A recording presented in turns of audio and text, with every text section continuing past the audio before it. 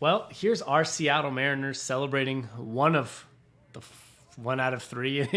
4, I guess, in Houston. So tough weekend despite the celebration. But we have some good news coming. Yeah, we have some good news coming. But man, these Astros are a pain in the rear end.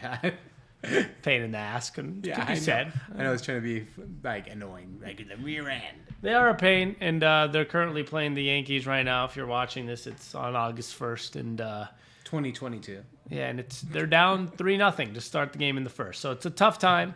But we have some good news coming. We're gonna break down why the Mariners games are in better hands coming up, so to say, and we will start with the fact that despite this loss against Houston yesterday to make it 3 out of 4 in Houston, we did end up with the best pitcher on the market. Yeah, Luis Castillo is a Mariner. We're going to lose Marte, unfortunately, but we're going for it. And I think, if a team, if you're a Mariners fan, most likely if you're watching this, we've never been to a World Series. We haven't been to the playoffs in 20 years. So I was going to say, hold your horses. Haven't been to a World Series. Let's talk about playoffs first. So this is what you want. And while I'm holding my horses, the Mariners hit a home run on this and trying to get some wins against the Yankees. So good for us. Yeah, well, we're doing our best here. So let's just hope this Luis Castillo trade is the piece when we have now Marco's our last guy on the rotation, basically. It goes...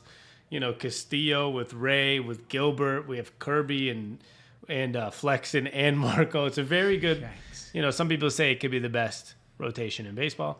To go with one of the best bullpens in baseball, too. Yes, correct. But the bats need to pick it up. But I like this move because as a Seattle Mariners fan, at the end of the day, the good teams do this at the All-Star break or at the trade deadline. They go for the winning this season. I like that we did that.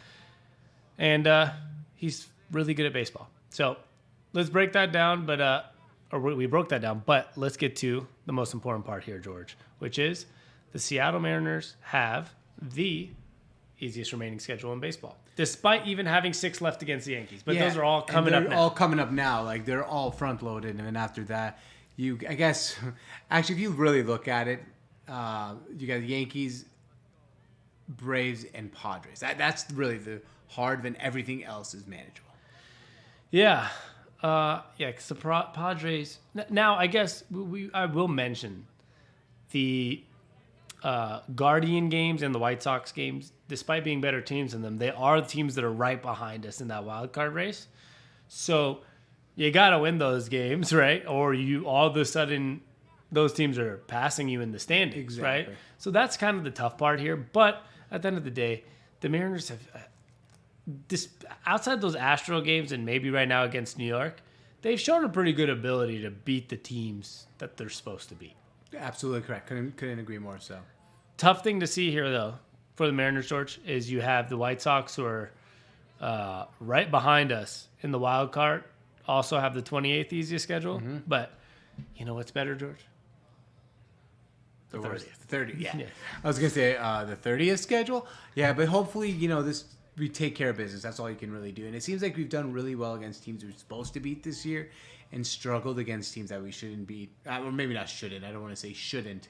The Astros might be the best team in baseball. Yeah, but the Astros could be the best team in baseball. The Yankees, who we're playing at this exact moment we're recording this, have the highest odds along with the Dodgers to win the World Series. So, those teams, which we hope to get there, and we're hoping the trade before Castillo puts us with those teams. Yeah. Could propel us and having. We do need that pitching.